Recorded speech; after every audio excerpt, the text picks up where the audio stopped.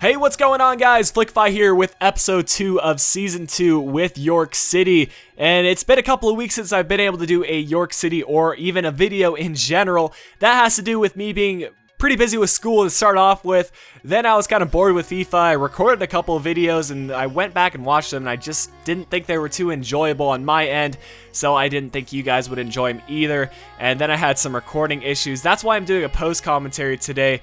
When I did a live commentary, things just went out of sync in regards to the gameplay, and the audio is also out of sync with the gameplay, and I think that has to do with a faulty cable, but I can easily just get that replaced, and that should be all sorted out here in the next couple of days, and should be back to getting you guys some live commentaries and some background gameplay audio for you guys. And this one's just going to be background music because, again, like I said, the gameplay audio is just out of sync, and there's really no reason for me to do that when it is out of sync. But our first match is going to be against Plymouth Argyle. They started things off with a goal there in the 10th minute, and it was a good start for them. They were a pretty tough team to play against, and I haven't had much experience playing against them in recent games. Of course, we did play against them last year, and they were unless I'm mistaken, but I believe we played against them last year. Them and AFC Wimbledon did get promoted, as well as us, and probably one other team that went in the playoffs. But they were a tough team to play against. You can see some nice one-touch passing. Reed's going to pick up the ball right here. Smalley dribbles it right into Reed, but he picks it up yet again, and Reed has a go. That one just wide of the target. Cody Cropper was a bit inconsistent in this game, I would say. He had such a great season last season, so I have very high expectations for him. And here he's just very slow to get up and make that save, and Reed just easily put that one away, making it 2-0 for them in the 84th minute. And that was just a very common problem in this game. Cody Cropper just unable to get up, and I'm a little bit angry that he has been unable to grow. There again, he just is very slow to get up, and that time it was Harvey putting it away. I have gone after Harvey, tried to pick him up on a transfer, but they want about $1.5 million. That is a little bit out of our wage budget and our transfer budget. But luckily, Jeremy Favergue, a French left mid free agent, we did manage to pick up for only 1,500 a week. He's 64 rated. Not the best player, but he will do just fine, and he's an upgrade from what we had with Michael Coulson. And we might just end up playing Michael Coulson, of course, at the striker position, which is his default position. We've been playing him at the left mid, but I feel like he outplays us overall. But our next match in today's episode will be against AFC Wimbledon. Of course, we have experience playing against them in past years. And they started things off trying to find Akinfenwa multiple times, and things just were not working out for them. They're a very bad bit of dribbling from our defense, and it's going to fall to Akinfenwa. He's just going to poke that one in, making it 1-0 for AFC Wimbledon in the 34th minute. That was not a great way to start things off.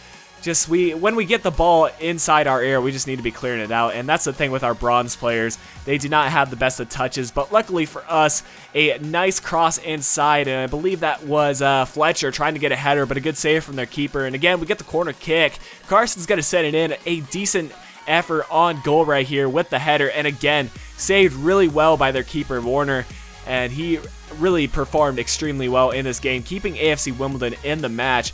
Here, Akinfenwa is going to be looking for a pass. He plays it inside to Moore. Moore is going to play it outside to Harrison. Harrison looking for the shot, just finding some space, and finally they get the shot, but that one is not on target. Really should have done better with that opportunity, but we're going to take it. And here Summerfield gets the ball taken away from him, but luckily McCoy able to pick this one up, looking for the cross, sends it in. It's going to be Aurier. Aurier's not able to get a header, but Ilasami heads it back into Favergue. He's going to do a couple of nice skill moves to create some space, has a shot on goal, and in his first match, he gets his first goal for the club. Really nice stuff from him, and I'm really looking forward to how good of a player he can be for us. But here, Thomas Platt doing a nice job to create some pressure and steal the ball from the opponents, and he gets taken down inside the box. Of course, that's going to be a penalty kick. Just a couple of minutes after we got our first goal, we're going to have Fletcher take this one. He's going to put it off to the right. Keeper stands still, and we're up just like that, making it 2-1, and we just had to hang on at this point. Really outperforming AFC Wimbledon in the second half compared to the first half. They were all over us. But here, Frank Holmes going to have an opportunity. This is not a good chance for us to stay ahead, but a nice job by McCoy getting a deflection on that one and keeping the game at 2-1 for us. But they do get the corner kick off of it. They're going to be sending in the corner kick with Frank Holmes. Frank Holmes sends it in, and it's going to be Cody Cropper collecting it, and he sees the opportunity for the counterattack, boots that one up as far as he can, finds Aurier. Aurier's going to play it back to Fletcher, sees the space ahead of him, gets it stolen by him, but Oyer continuing to apply the pressure, steals it right back, finds Fletcher. Fletcher is going to go to some space, uses that pace that he does have, and he does have support in the center. He's going to cut inside, does a fake shot, finds Oyer. Oyer takes a dribble, takes a touch, has it go, and puts it away for us, making it 3-1 to ensure the victory, and that's going to be 3 points in the bag. We have had a lot of success playing against AFC Wimbledon last year, and that success looks to be continuing in this season. But here we get an offer for Jake Hyde from Rotherham United, and we counter, and they're going to counter back with 230,000. We're actually going to go ahead and accept that offer just because Jake Hyde does not get very much play time, and he hasn't been growing too well for us. So we're going to get an additional 200,000 in the bank for us, which is a considerable amount because we can go after some more free agents like this guy right here, Chumacero, a center mid with some really nice stats and only 3,000 per week. The only downfall with him, he's only, I think, 5'2" or something, 5'3", but he does have 3-star skills, 3-star weak foot, low high work rate, so he can play somewhere in that center midfield area.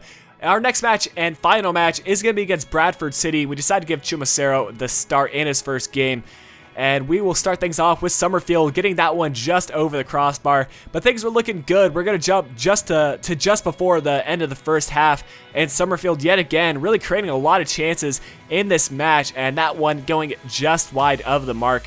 And we're jumping forward to the 70th minute. It's going to be McLean for Bradford City finding Yeats, and Yeats is going to get that one by the keeper, Cody Cropper, and that was a 1-0 lead for Bradford City. Really, they didn't get too many chances. That was their first one in the entire game, and they made good on their opportunity. But here it's going to be Marcus Coulson looking to create some space, plays inside to Oyer. He has a go, and it's going to be collected by Penn. Penn looks for Oyer, and this time he's going to head it on in, making it 1-1 for us against Bradford City, looking like we're going to be able to pick up the draw or maybe even the win in this one. But just a couple of minutes later, it's going to be Yeats finding Sheehan on the outside. He's going to find Yeats again, and he is going to be looking for the man on the outside. He's going to play it inside, and it's going to be Hansen putting it away for him, and unfortunately, that is not going to be enough for us to pick up the victory. We're going to lose this one 2-1, and that was an unfortunate draw for us. But here we get an opportunity for the loan to buy offer for Declan Jones, and he looks to be, or Declan John, I believe he has a potential of about 80, so he can be a future star left back for us. And